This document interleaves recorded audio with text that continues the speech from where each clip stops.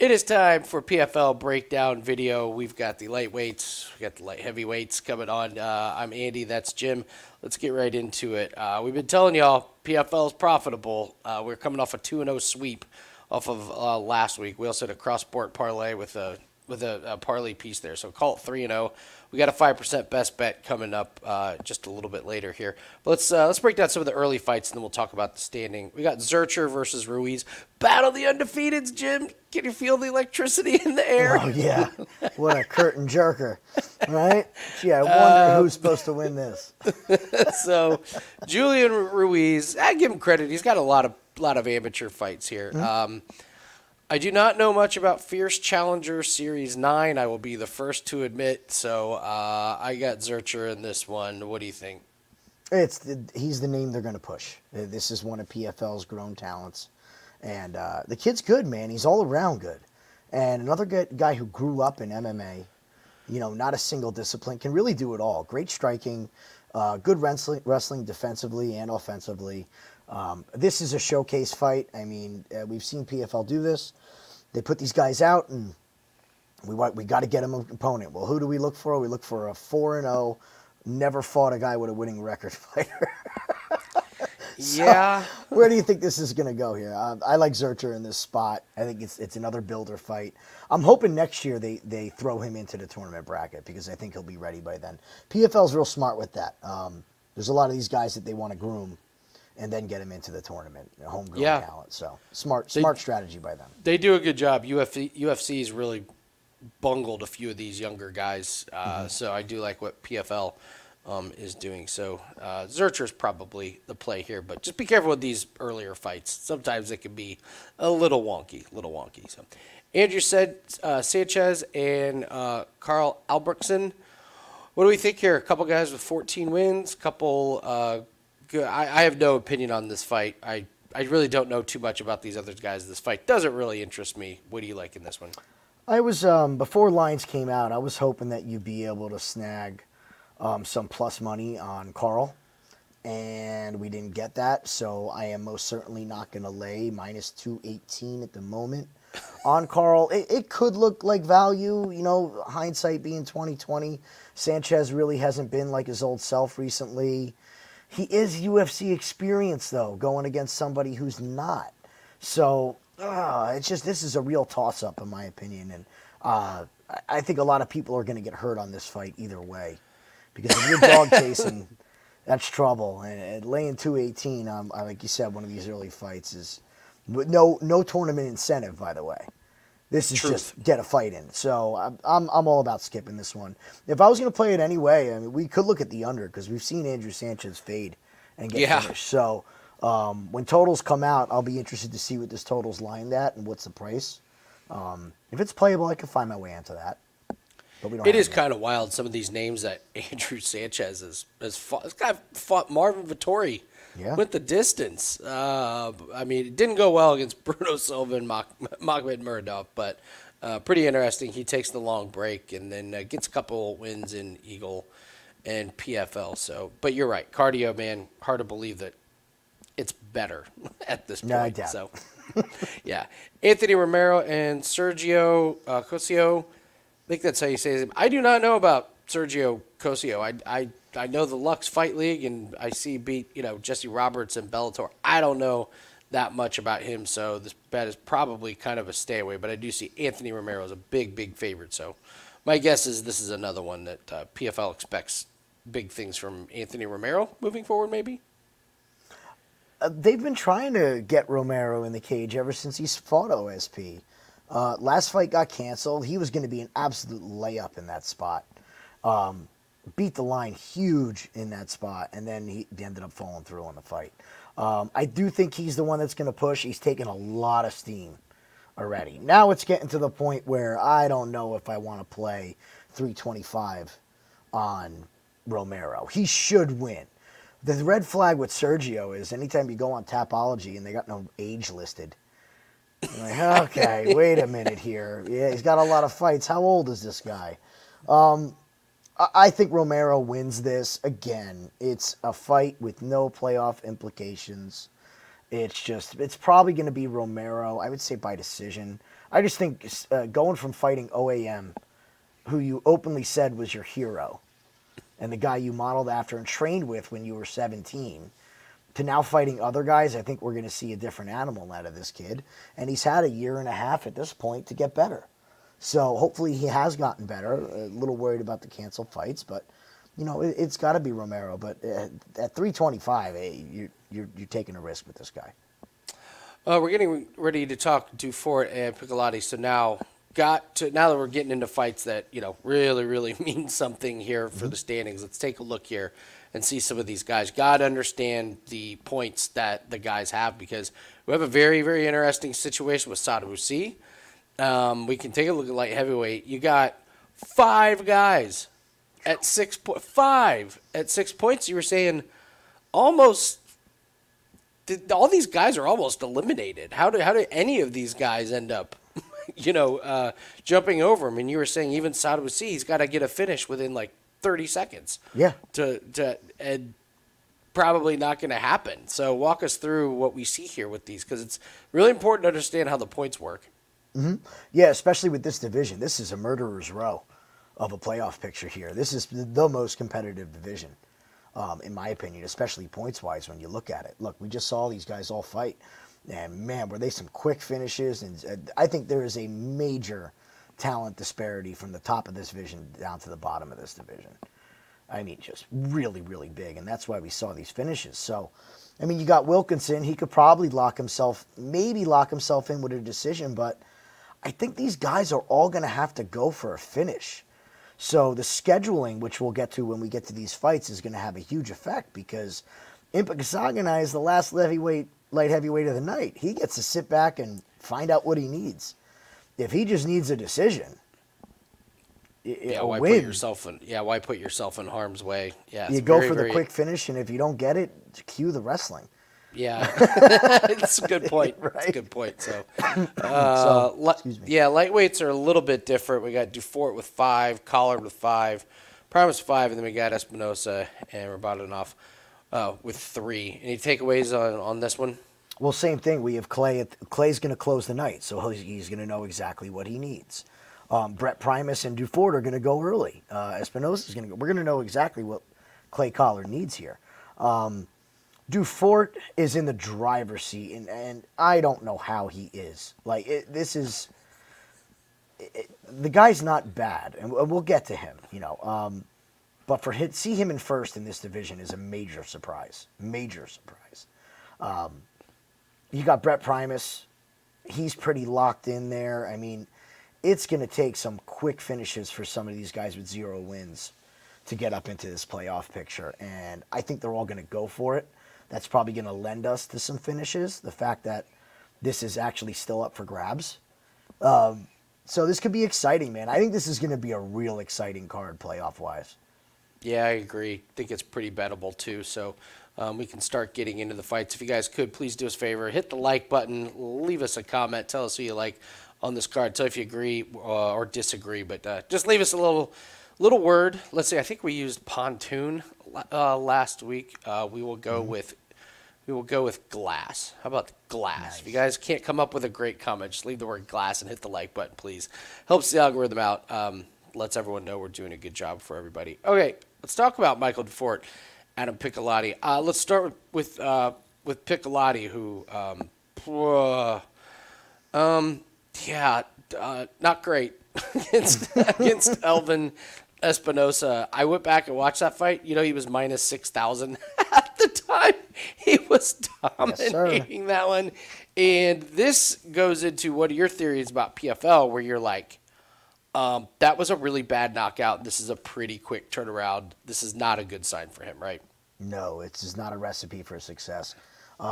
There's knockouts, and then there's prone, flat, just unconscious knockouts. And he got smoked by a knee in the 3rd round.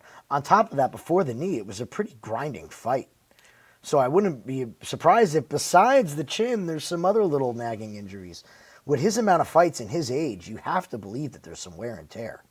at that point. He's most certainly past his prime, and I don't really believe Adam Piccolotti was ever a 5-star prospect to begin with. And watching him in Bellator throughout the years, he was always just kind of so-so. This Dufort kid's fresh. His ground game is way better than I thought it was. Full disclosure, I was on Mads Burnell against Piccolotti, or against Dufort. And, man, Burnell was looking good, and the second I saw him breakdancing in the cage, I knew we were absolutely dead. That was it. So, and Dufort did what he had to do. He got the finish. I think he's going to ground Piccolotti, and it's not going to take much to wobble that chin that was just absolutely cracked 2 months ago. So, like Dufort in this spot. He gets the finish. We're looking at 11 points, and he is sure in the driver's seat for number 1 seed, which is amazing to say. Yeah, yeah. And, Piccolotti, he did use his clinch to – and, he was winning against Espinoza, who we'll get to. He was winning until he wasn't, and you just gotta wonder where the confidence and health is with him. So I think we're both in agreement on Dufort. Speaking of Elvin, Espinoza, and Rabadanov, I believe is a pretty big favorite here, despite Elvin Espinoza being 10-0. What's your take on this fight? One of those O's has got to go. It's either going to be 11-0 or 10-1. You're not going to retire undefeated. Nope. It's that simple. And that's one thing that we love. When we get to 15-0, 13-0, look, law of averages just states you're going to lose. You're going to get caught. It's MMA. I like the skill set of him, of Espinoza. I do. I just don't think he's fought anybody anywhere near the level of Gadzhi when it comes to the wrestling and the pace. Adam Piccolotti, Keone Diggs is a turtle on his back. You're supposed to win that fight. He should have finished that fight. I remember watching that and just begging for the finish, and he just couldn't get it. And now he's got to fight Gadzhi, who is just a decision machine, and he does it with wrestling. You look at the level of competition, way better, been around way longer, more experience. It could be just a veteran lesson. Now, the interesting thing is Gadzhi only has 3 points. That's not going to cut it. I don't know if 6 points is going to get you in these playoffs. So we could see him push heavy early. We could see him go for the finish late. I think he's just going to drown Espinoza. I don't think he has the technical skill set to get back up from being underneath Gadzhi. So give me Gadzhi probably by decision, but he's going to have to be hunting that finish come the 3rd round. He can't sit back and cruise to a decision. Some of these fighters, we don't know if they understand the points or even care. We've seen some of these fights where just like, what are you doing? Do you even know the points? But make no mistake, Elvin Espinoza was losing big time, and Piccolotti was out wrestling him and clinching. That is not good when you're going up against Gadzhi. I mean, it's just difficult to try and pick Gadzhi by finish. Like, some of these guys are so disciplined in their training, and it's like, no, we don't go for early finishes just because of the format. We try and win, and the way we win is by the way we train, and so it's a tough one. So, yeah, Gadzhi's the obvious pick in that one, but that's a tough one to pick an under on for sure. So, Sadibou Sy and Tom Breese, man, if the last fight for Sadibou Sy goes any different, this fight is the reads on this fight are completely different. Yeah. Sadibou Sy, God, mathematically eliminated unless he runs over and gets an insane finish, which it is Tom Breese. There's an outside chance he can get the 4th seed, but he's going to need a lot to go right. A lot to go right. Yeah. He's going to need if we go up to light heavyweight, he's going to need Impa to lose. He's going to need Yachi Muradov to lose. He's going to need Silveira. And at that point, there's 2 spots open. He would probably lose the tiebreaker with Impa. So he needs 2 of these guys to straight up lose and get a finish within 30 seconds. So talk about tough. Back against the wall. Yes. So that makes me question what you do if you're Sadibou Sy. Look, you got to remember that these guys still get show money and win money. So even though they're out of the million, a win is still, again, do they get bonuses? We don't know. They don't really disclose if they give out bonuses. But it can't hurt to get a knockout, can it? No. And, I mean, Sadibou Sy, it appears like he had the terrible weight cut against Magomed Kirimov. It looked bad. And then just the thumb injury to Josh Silveira is just absolutely wild how that happens. But guy was really good. There's nothing that changed with the skills. It's just the situation that is in his division. He's got the long legs. He's got the long striking. I think even though the fight against Silveira was only 1 minute, you could see exactly what was getting ready to happen if his thumb doesn't break. And then you got Tom Breese, who's just head case. What was that word that we used for the chat? Glass. Yeah, glass. Somebody make a nice comment. We can say Tom Breese's glass chin. Because it was just cracked by Rob Wilkinson, again, 2 months ago. So that's why this fight is so interesting. Could Sadibou get a 30-second knockout? He damn well can. It's the question of whether he's going to try it or not. Because if he overextends, Tom Breese could end up on top of him. If this is on the feet, Sadibou is putting Tom Breese into orbit. It's coming. Yeah. Okay? It's a question of timing. So this fight not to go the distance is real interesting because what happens if Sadibou doesn't get the finish in round one? Does he care at that point? Is it just the adrenaline dump if Tom Breese gets the wrestling going? So this under, I think, is actually maybe better than just playing Sadibou. And Sadibou's creeping up to minus 200 at this point now. It's a different price than when it opened. Yeah, absolutely. So let's move on to Brent Primus and Solomon Renfro. There's just some guys that I'm just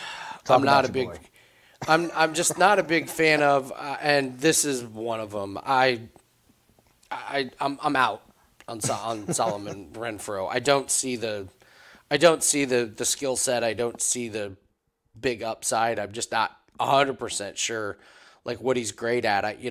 I've been told he's got great power, and it's like okay because he knocked out Al Swali, great because he knocked out. This guy, and then he just was completely outclassed in these PFL fights. So he's very, very raw, but he's got a lot of fights. So I'm going, well, how many fights till you really become really polished at a PFL challenger? So I think Primus this is a great matchup for him. I think he gets Renfro on the ground immediately and has his way with him. Renfro's just way too raw, and unless Renfro somehow catches him early on, that's Primus grinding away and probably gets the finish on the ground. Solomon Renfro's just a fade, man. Look, this might not even be his natural weight class.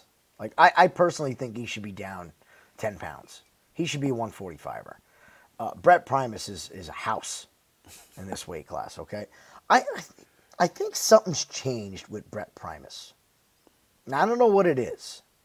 If it's a mentality thing, if it's I felt disrespected with the purchase of Bellator, but man, Brent Primus has looked great.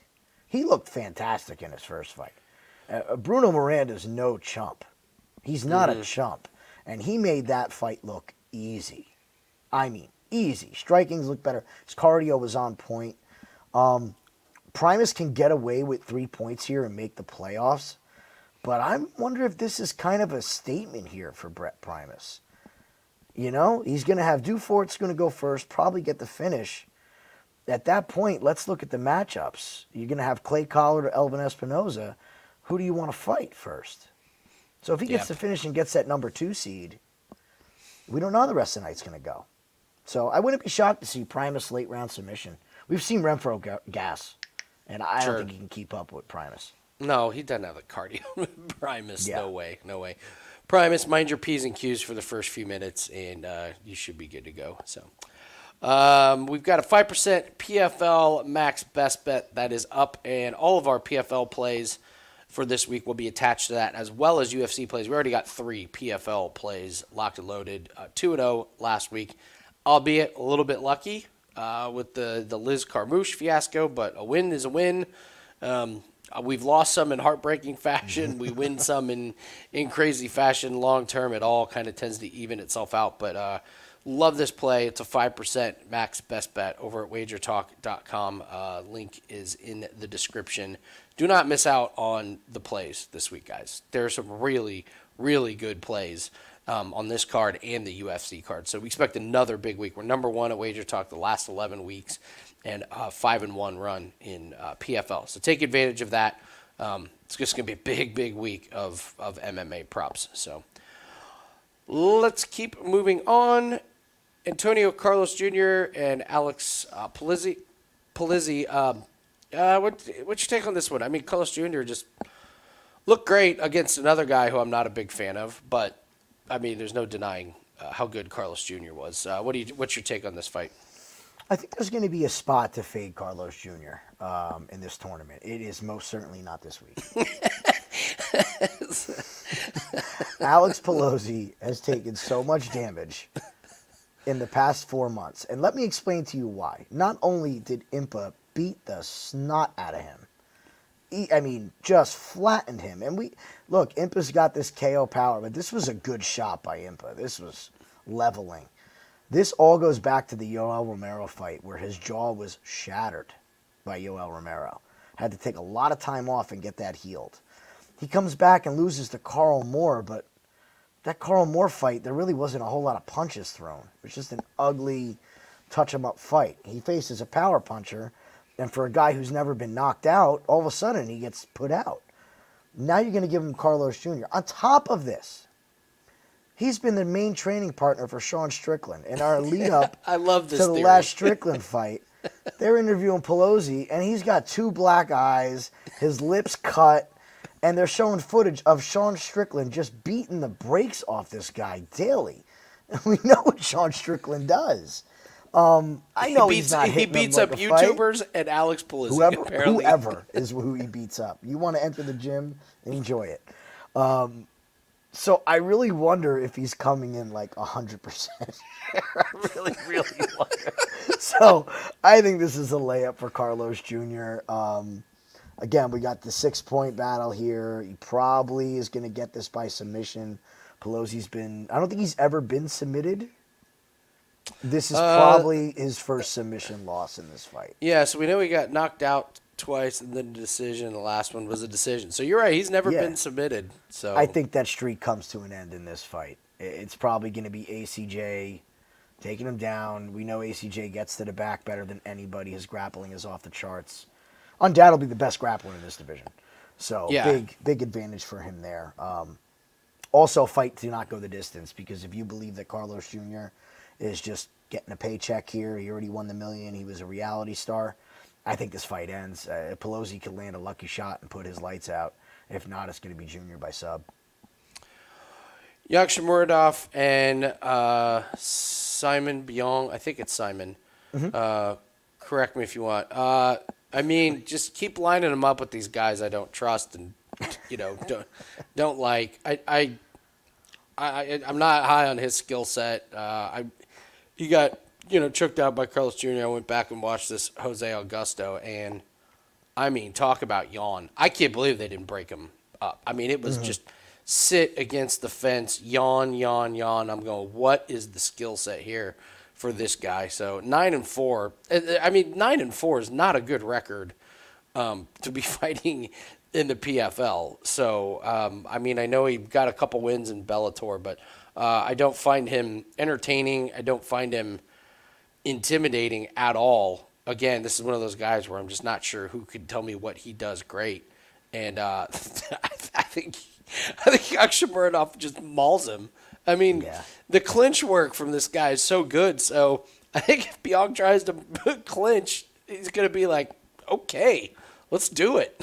Let's get in close here, pal.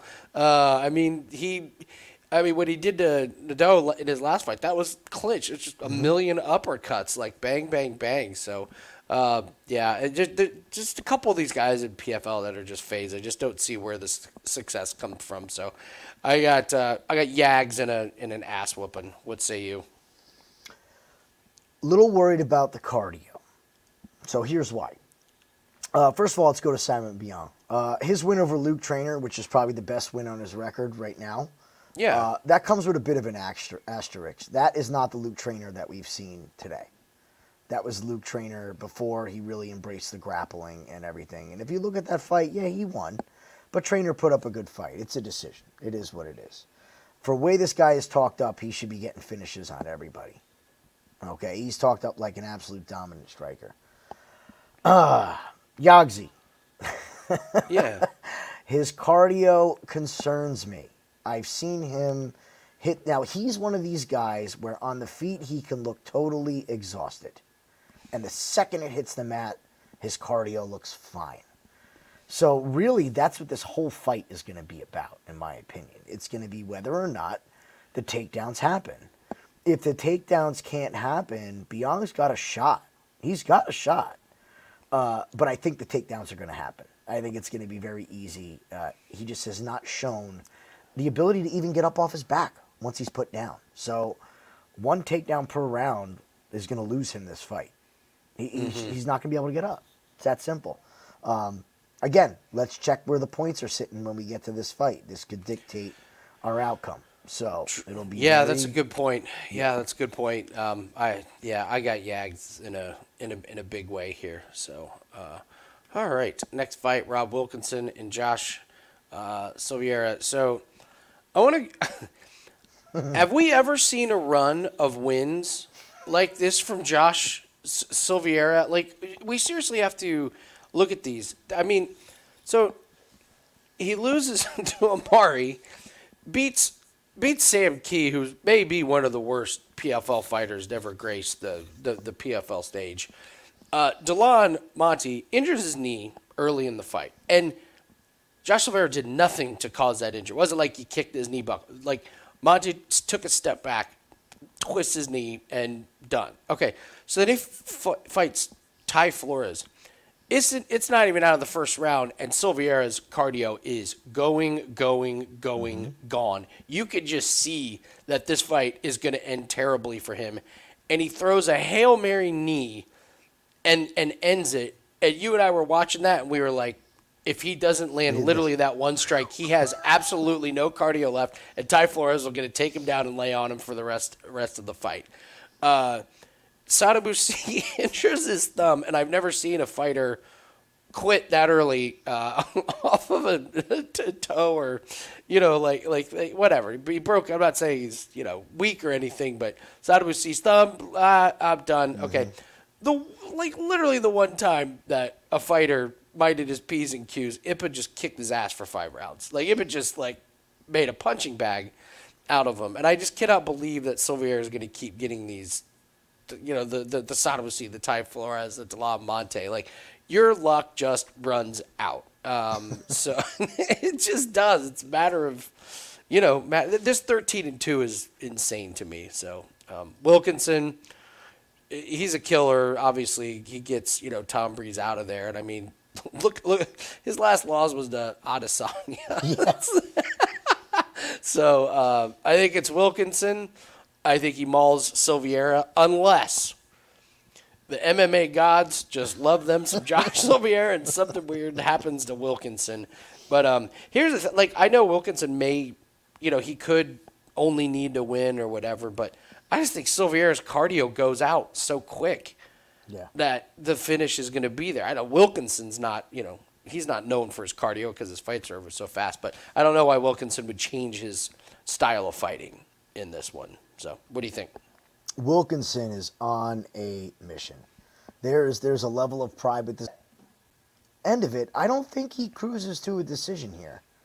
I think he wants that number 1 seed. He wants to be the guy again and prove everybody wrong. And I don't know if Josh can hold up to this. I really don't think he can hold up for 3 rounds. Impa could have finished Josh in their fight. He was in such control, he just cruised. He cruised. Yeah. I don't think Rob's going to cruise. He's going to go after him. Again, Silveira's going to need some kind of horseshoe to win this fight. We already know that. Yeah. So, yeah, it's Rob. We have a pit bull fighting on the card. You love pit bulls, man. Fighting Bruno Barrera. What's your take on this one? I missed the line. I missed the line on Miranda. He was plus 100, and I looked at it for 2 days, and now he's down to minus 115 favorite. So It's not that bad. it's not horrible. The 2 losses for him are on the ground, and not for nothing, they're not against too bad of guys here. I think the amount of damage that Pitbull took in that last fight is going to be a big, big, big problem. Big, big, big problem. Miranda has to be refreshed with the fact that he's not fighting a wrestler or a volume puncher. It's a power puncher. This fight is going to be a car crash. Both of these guys are going to walk to the center and throw and throw and throw until somebody falls down. This is my favorite under on the card. I think somebody gets served in this fight, probably in round 1. Miranda has really underrated leg kicks, and in watching Pitbull against Collard, I just thought he was very, very one-dimensional, even in his striking. You didn't see a lot of mix-up. It's just big swinging hooks. Miranda can mix up the leg kicks.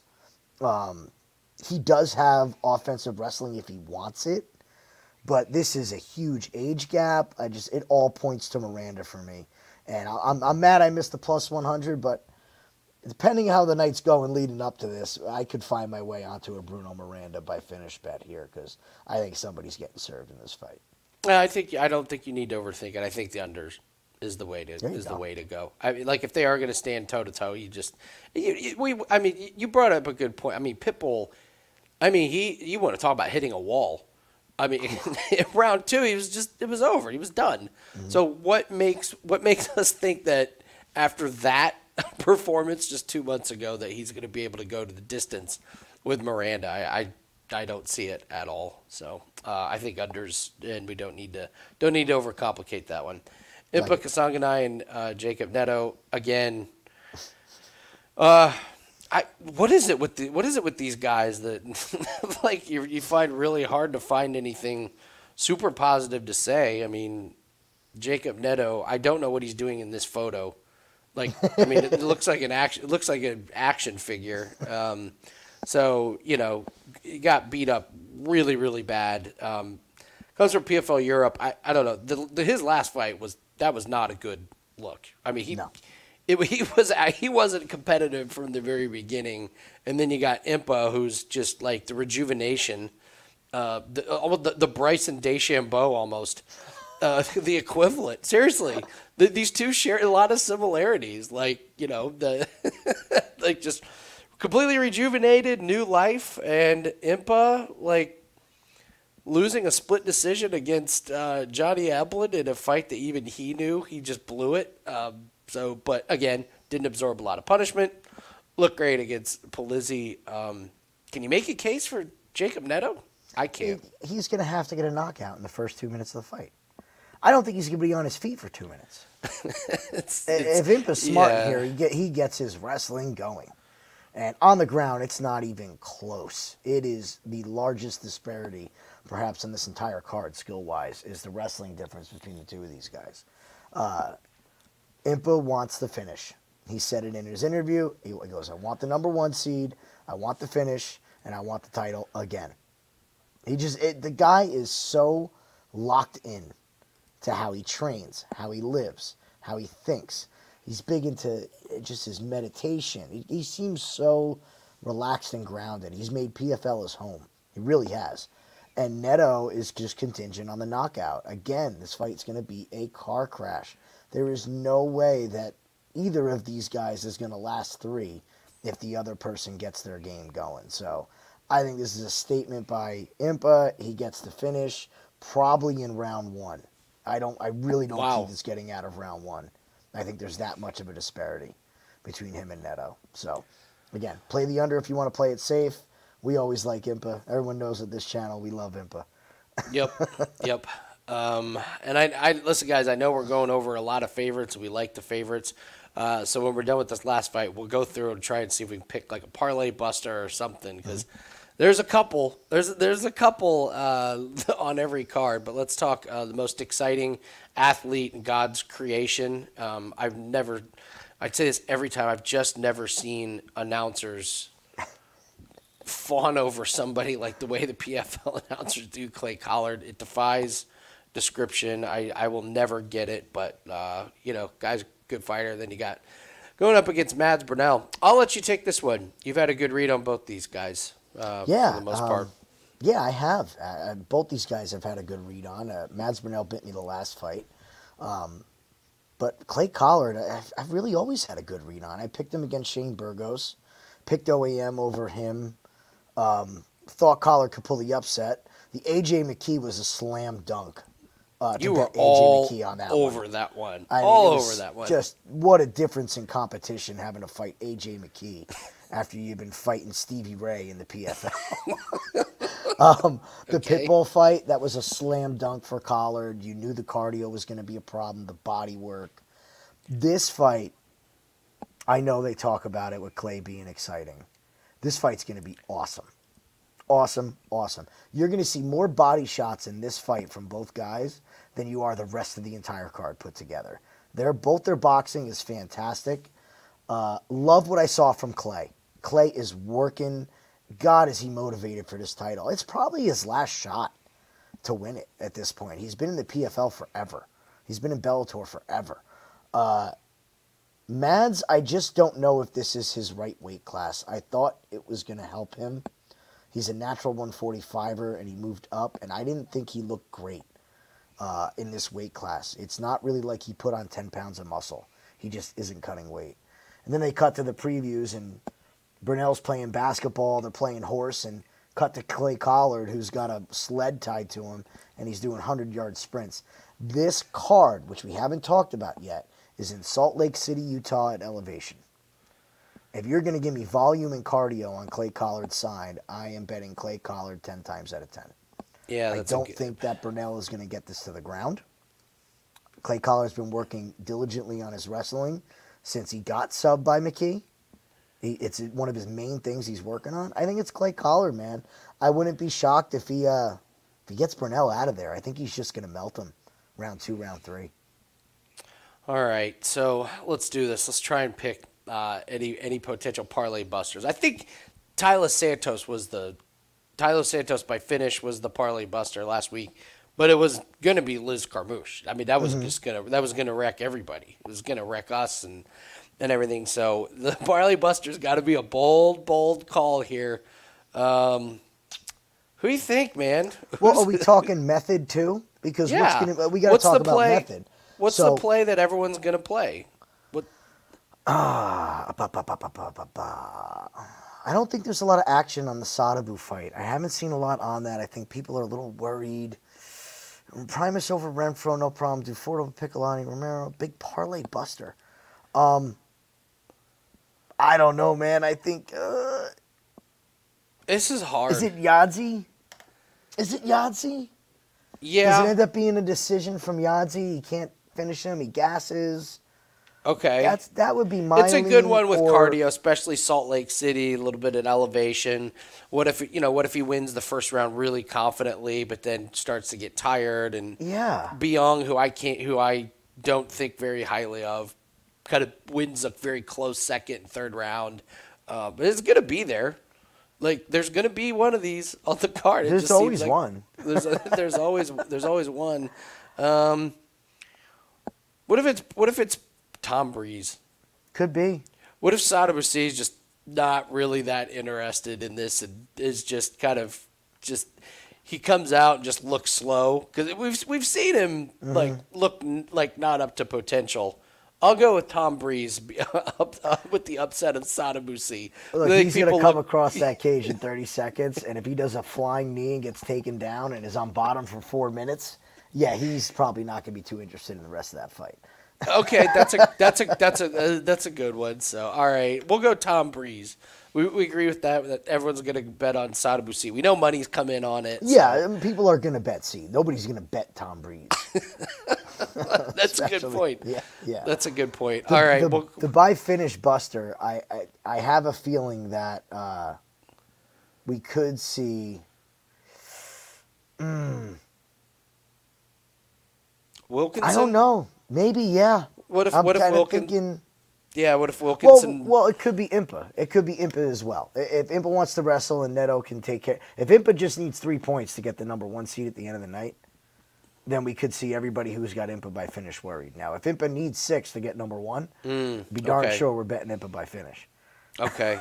Yeah, that's true. That's true. So, all right, so we'll go Tom Breese to upset Sadibou Sy as the parlay buster, and then based on the points, if Impa doesn't need a finish, everyone's holding their Impa by finish ticket is scared. So those are your parlay busters. Try to pick some big ones.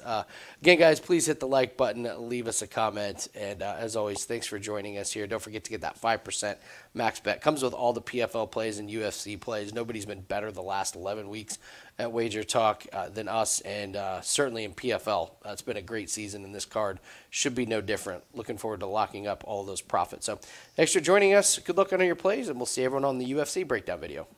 Good luck, guys.